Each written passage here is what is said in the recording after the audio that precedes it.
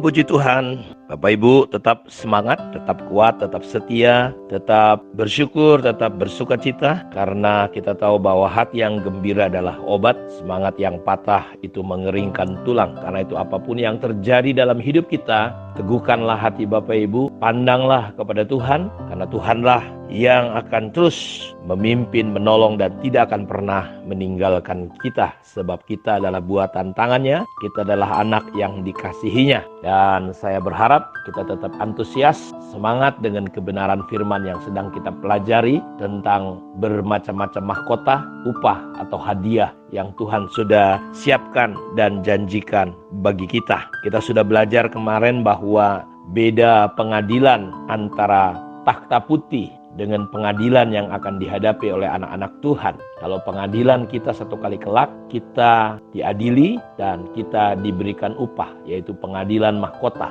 Pengadilan untuk memberikan upah kepada saudara karena saudara sudah melakukan, masing-masing tentu berbeda. Karena itu jangan sampai kita menjadi malu seperti 1 Yohanes 2:8. Maka sekarang anak-anakku tinggallah di dalam Kristus, supaya apabila ia menyatakan dirinya, kita beroleh keberanian percaya dan tidak usah malu terhadap dia pada hari kedatangannya. Saya pernah merenungkan bahwa masalahnya bukan kita masuk surga. Kita pasti masuk surga ketika kita percaya. Karena Yesus telah menyelamatkan kita tanpa saudara perlu membayar apapun. Dia memberikan dengan cuma-cuma. Tetapi mahkota atau upah adalah sebuah kegiatan kita lakukan setelah kita diselamatkan. Dan bayangkan kalau saudara hidup di dunia percaya kepada Tuhan hanya sebatas untuk membuat hidup saudara lebih baik, maka Paulus berkata bahwa jika di dalam hidup ini saja kita percaya kepada Kristus, maka kita adalah orang-orang yang paling malang di dunia ini. Jadi kalau percaya kita, keselamatan yang Tuhan berikan hanya sekedar untuk membuat kita diberkati. Seperti yang kita dengar khotbah-khotbah tentang berkat, bahwa ikut Tuhan diberkati. Tidak salah bahwa ikut Tuhan pasti diberkati. Tapi tujuan hidup kita bukan hanya untuk diberkati, tetapi tujuan hidup kita adalah untuk menggenapi panggilan Tuhan yang sudah Tuhan ciptakan jauh sebelum kita ada, jauh sebelum dunia ada. Dan ini ada kaitannya dengan mahkota dan upah yang Tuhan janjikan kepada kita. Karena itu saya berdoa supaya saudara jangan sampai malu satu hari ketemu dengan Tuhan, karena saudara tidak melakukan apa-apa. Kita seperti orang yang membangun sesuatu, tetapi ketika api datang terbakar. Kita sendiri diselamatkan, kita selamat, tapi hasil tidak ada upah yang Tuhan mau berikan kepada kita, karena kita memang tidak layak diupah, karena kita mungkin selama hidup di dunia ini menjadi pemalas. Karena itu saya berdoa, saya mendorong saudara ambil bagian, terlibat sekecil apapun yang saudara bisa lakukan. Ingat, jerih payah kita di dalam Tuhan tidak akan pernah sia-sia. Karena itu dalam Filipi pasal 3 ayat 7-14 kita lihat bagaimana Rasul Paulus memiliki motivasi yang luar biasa. Sampai dia tidak menghiraukan nyawanya. Dia mengarahkan dirinya kepada panggilan, kepada upah, kepada mahkota. Mari kita lihat Filipi 3 ayat 7-14. Tetapi apa yang dahulu merupakan keuntungan bagiku, sekarang kuanggap rugi karena Kristus. Malahan segala sesuatu kuanggap rugi, karena pengenalan akan Kristus Yesus Tuhanku lebih mulia daripada semuanya. Oleh karena dialah aku telah melepaskan semuanya itu dan menganggapnya sampah, supaya aku memperoleh Kristus dan berada di dalam Dia, bukan dengan kebenaranku sendiri karena mentaati hukum Taurat, melainkan dengan kebenaran karena kepercayaan kepada Kristus, yaitu kebenaran yang Allah anugerahkan berdasarkan kepercayaan. Yang ku kehendaki ialah mengenal Dia dan kuasa kebangkitannya dan persekutuan dalam penderitaannya, di mana aku menjadi serupa dengan Dia dalam kematiannya, supaya akhirnya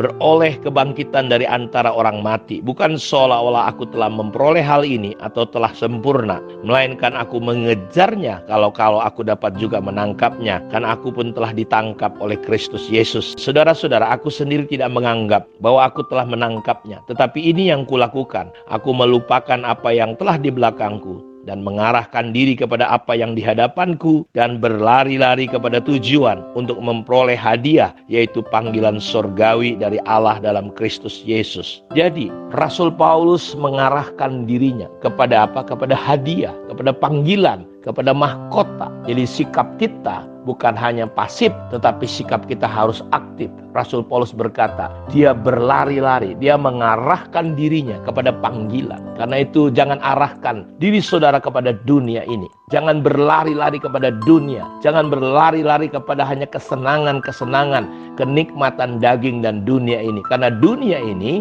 tidak akan saudara bisa bawa. Saudara tidak akan pernah bisa tinggal terus di dalam dunia ini. Karenanya Musa berdoa, berikan aku hati yang bijak dengan aku bisa menghitung hari-hari manusia, supaya kau beroleh hati yang bijaksana. Karena umur manusia hanya 70, kalau kuat 80. Itu pun sudah disertai dengan penderitaan, sakit sana, sakit di sini. Biarlah kita menjadi orang yang bijak seperti Rasul Paulus. Kita menjadi orang percaya, orang Kristen yang mengarahkan diri kepada hadiah, kepada mahkota-mahkota yang sudah kita pelajari. Saya berharap saudara, ayo ambil bagian, berlari-lari kepada panggilan sorgawi, berlari-lari kepada hadiah. Bagaimana caranya? Lupakan semua yang ada di belakang saudara, sukses saudara, kegagalan saudara, semua hal yang menghalangi kita, pandangan kita kepada panggilan sorgawi, kita perlu lupakan. Kita taruh itu di belakang. Di depan kita hanya lihat, yaitu rencana Tuhan,